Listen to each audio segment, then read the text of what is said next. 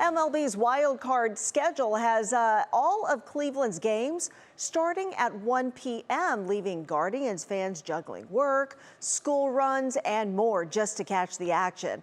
Our Mike-Polk-Jr. has some thoughts on why small market teams keep getting stuck with the early shift. All 1 p.m. games? Really?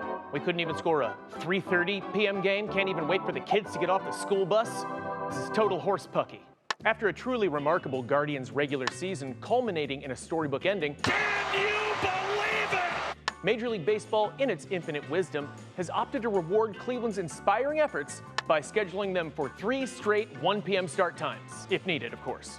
What a treat for the players, and perhaps even more so for the Guardians fans who, after supporting their team through 162 contests, now get to attempt to watch the most important games of the year during a time slot typically reserved for the bold and the beautiful. Thoughts and prayers to Guards fans who would love to watch the games, but who are currently suffering from the condition of full-time employment, especially those who have already used all of their allotted yearly PTO days and who will therefore be relegated to watching their favorite team's postseason on their respective phones while hiding in an office bathroom stall. Just the way our national pastime was intended to be enjoyed. So why did MLB decide to stick the Guardians games at a time that's barely 2 hours after McDonald's stopped serving breakfast? The reason is twofold. Number one, they refused to schedule games simultaneously for fear of diluting their viewership. Because heaven forbid I don't get to see every single pitch of that Padres game, right? That would break my heart. The better move is definitely to just have the small market teams get their games over with during lunch. Which brings us to reason number 2. Teams like the Yankees and the Red Sox represent much larger markets than we do and therefore traditionally totally monopolize the primetime playoff slots, which is also dumb.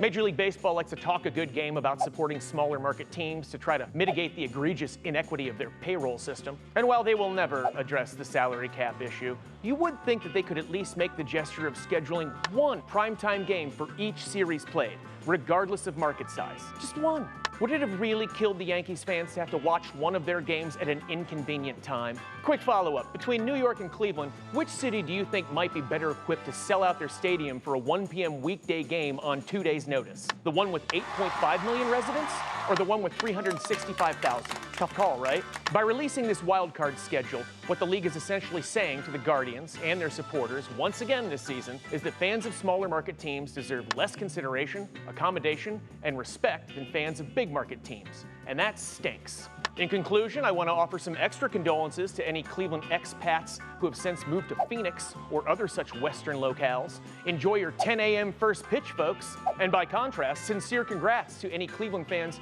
who happen to currently be residing in Dusseldorf, Germany. Due to the 6-hour time difference, you will actually get to watch Guardians playoff baseball at 7 p.m., which is an extremely reasonable time for such a game to commence. With all that said, Danke Shane, and let's go Guards.